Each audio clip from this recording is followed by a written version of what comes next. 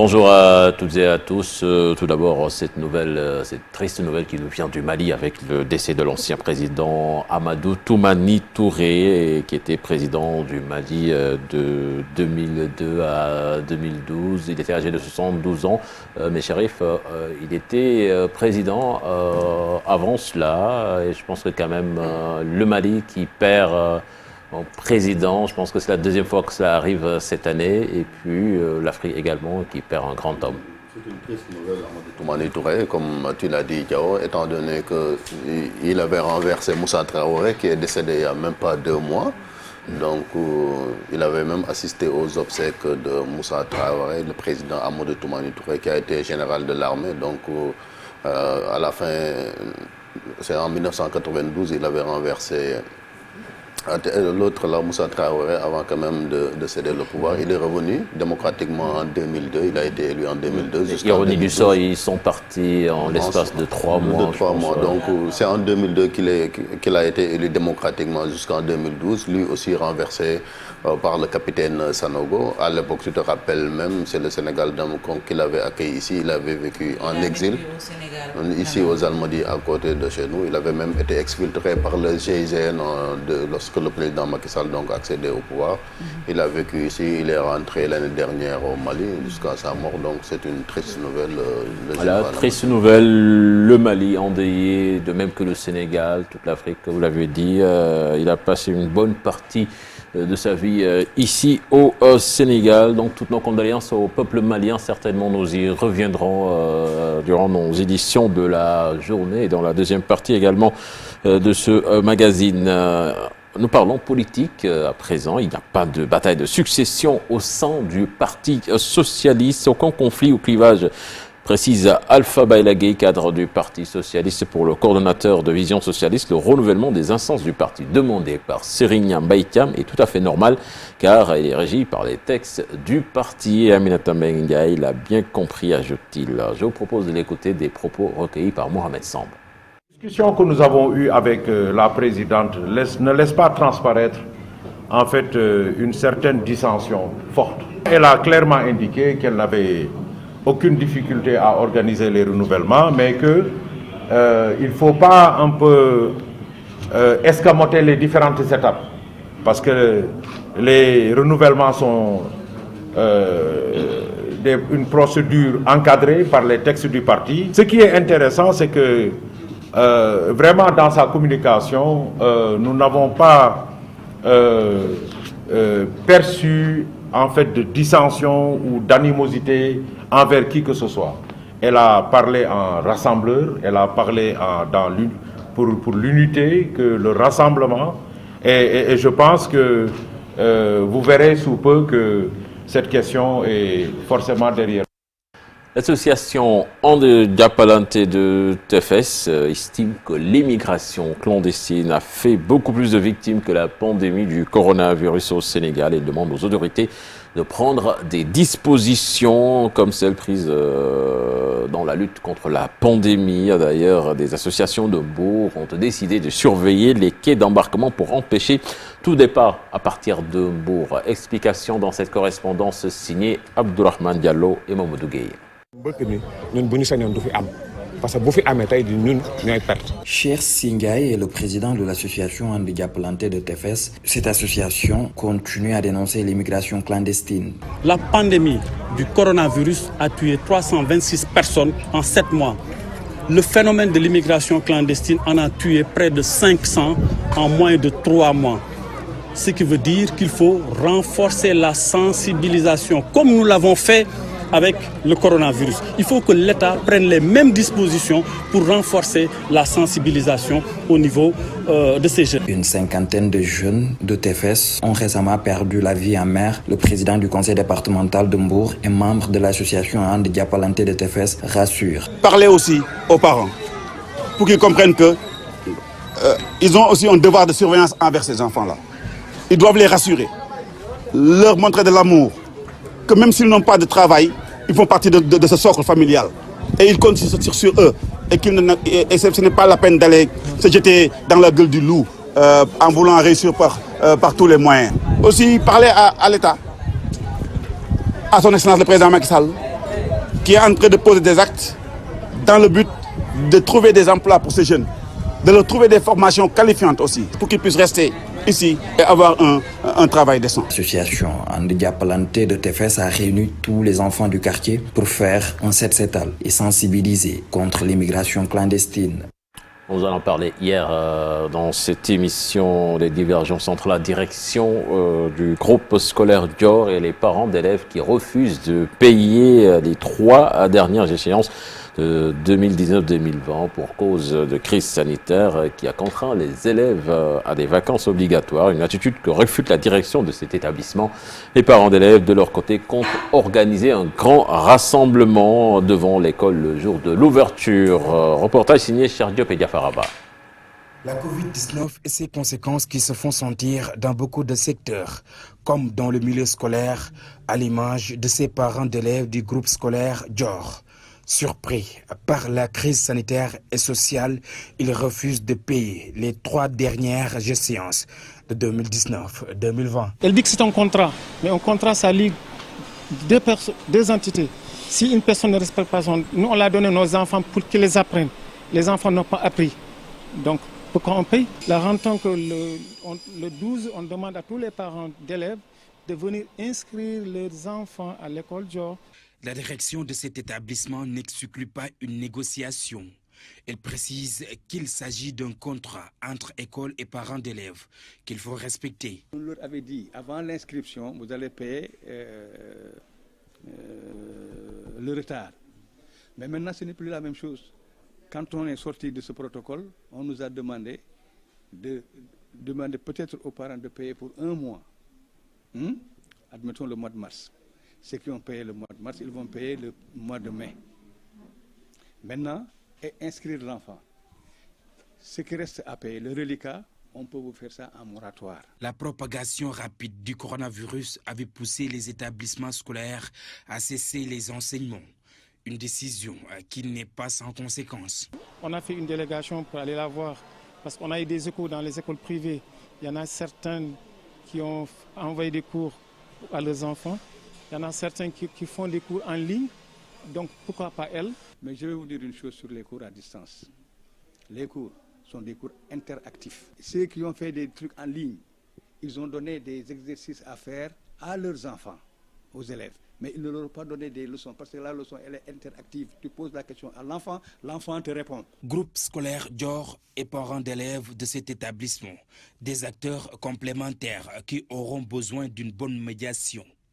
Le ministre de l'Éducation nationale devra alors intervenir pour une bonne sortie de crise et que l'on pense aux intérêts des apprenants.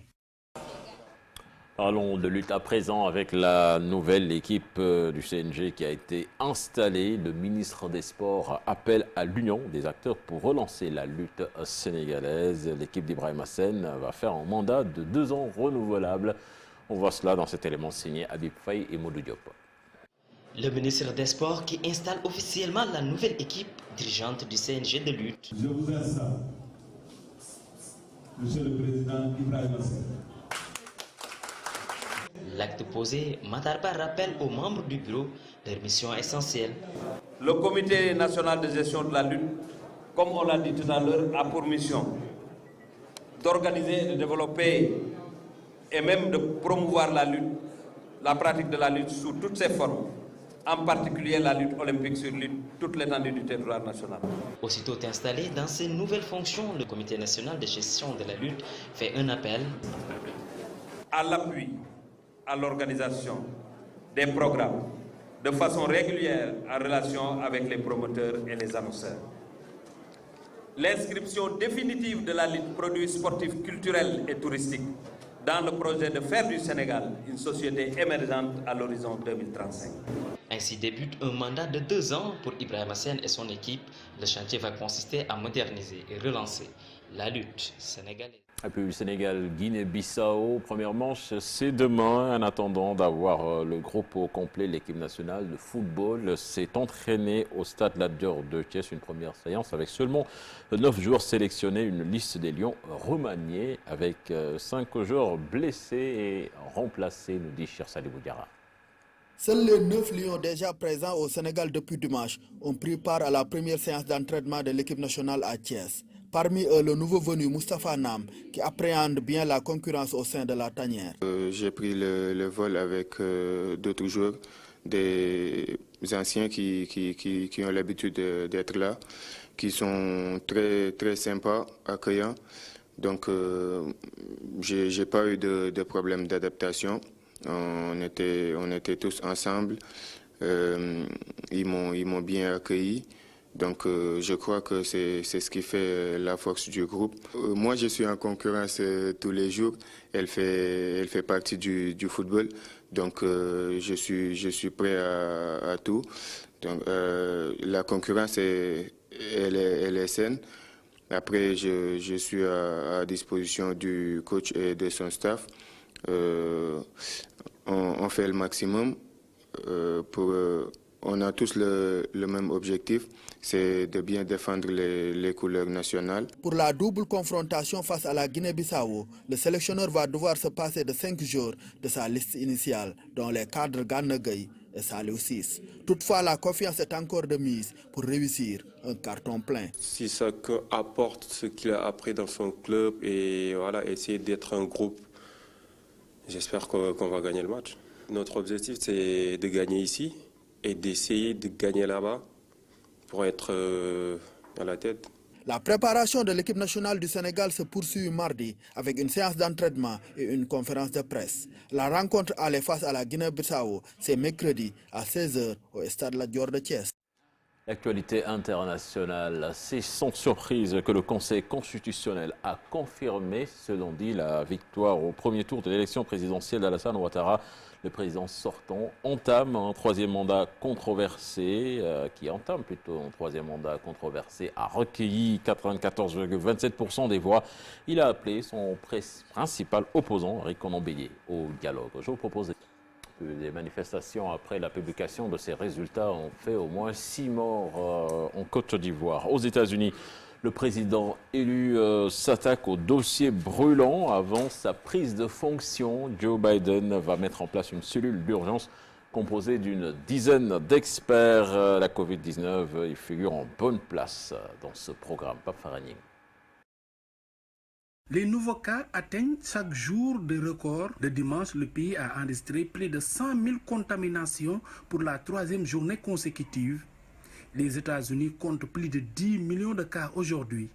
Joe Biden a donc conscience de la gravité de la situation et du fait qu'il est plus urgent d'agir. Il en a parlé lors de sa brève allocution après l'annonce de sa victoire. Et aujourd'hui, il passe à l'action et va créer une cellule d'urgence.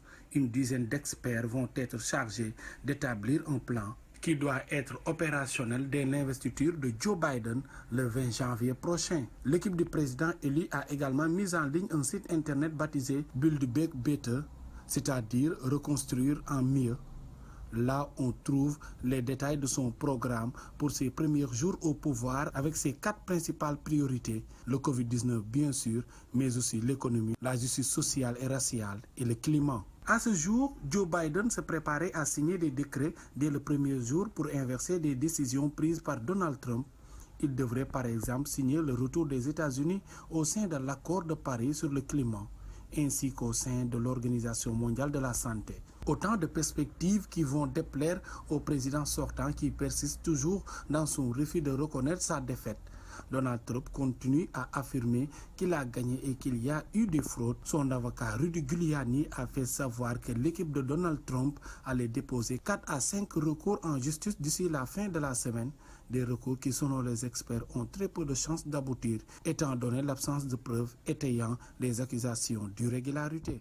Faragning, pendant ce temps, Donald Trump, lui, à Limoges, le chef du Pentagone, une décision qu'il a annoncée sur Twitter. Rappelons que ses relations avec son secrétaire à la Défense, Mark Esper, étaient tendues depuis juin dernier. Ce dernier avait, à l'époque, estimé que les troupes ne devraient pas être déployées pour endiguer la vague de manifestations qui secouait toutes les villes du pays dans le cadre du mouvement Black Lives Matter.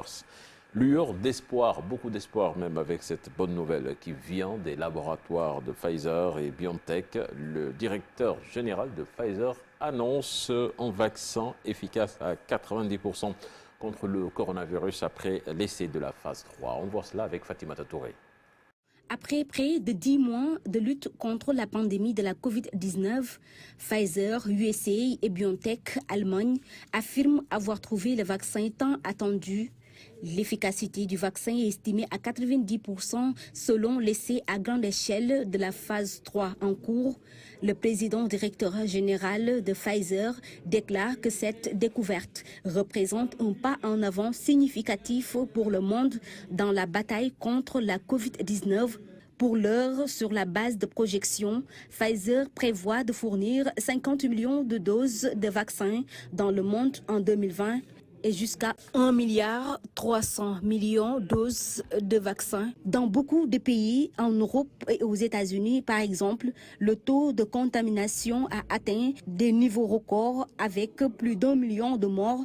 Aujourd'hui, avec ce vaccin, l'espoir est permis pour endiguer d'une manière définitive cette pandémie de la Covid-19. Toutefois, l'OMS, l'instance mondiale de la santé, ne s'est pas encore prononcée dans cette nouvelle trouvaille de Pfizer et BioNTech. Merci à vous, Fatimata Touré. Rappelons-le, l'information principale de ce matin, c'est le décès de l'ancien président malien Amadou Toumani Touré qui s'est éteint hier à l'âge de 72 ans. Fatiya. Natal au Mali après avoir vécu au Sénégal. Merci beaucoup, Cheikh Tidiane, pour cette première tasse actu, bien digeste, un peu triste, ou beaucoup de tristesse quand même. Fatou Bintou Konté, bonjour. Bonjour Fatih, et bonjour chers téléspectateurs de la TFM, et bonjour le tour de la table aussi, cher Tidiane Diaou, voilà. Alors, on est mardi. On est mardi. Je reviens comme encore. Tous les mardis, Fatou Bintou va nous parler économie. Aujourd'hui, elle s'intéresse au secteur de l'artisanat. Quand même, nous avons un chiffre, un nombre assez important. Plus d'1 million d'artisans au Sénégal, c'est cela. Voilà, plus d'1 million d'artisans et puis qui contribuent à 8 à 10% du PIB, du produit intérieur brut du Sénégal. On va en parler dans cette première partie. Cheikh Diop également va nous rejoindre d'un moment à l'autre. Vous l'avez compris également dans Harala. Nous allons parler d'une application qui concerne la gestion des salles de sport. Tout de suite, retrouvons Chérif Dia pour la revue des titres.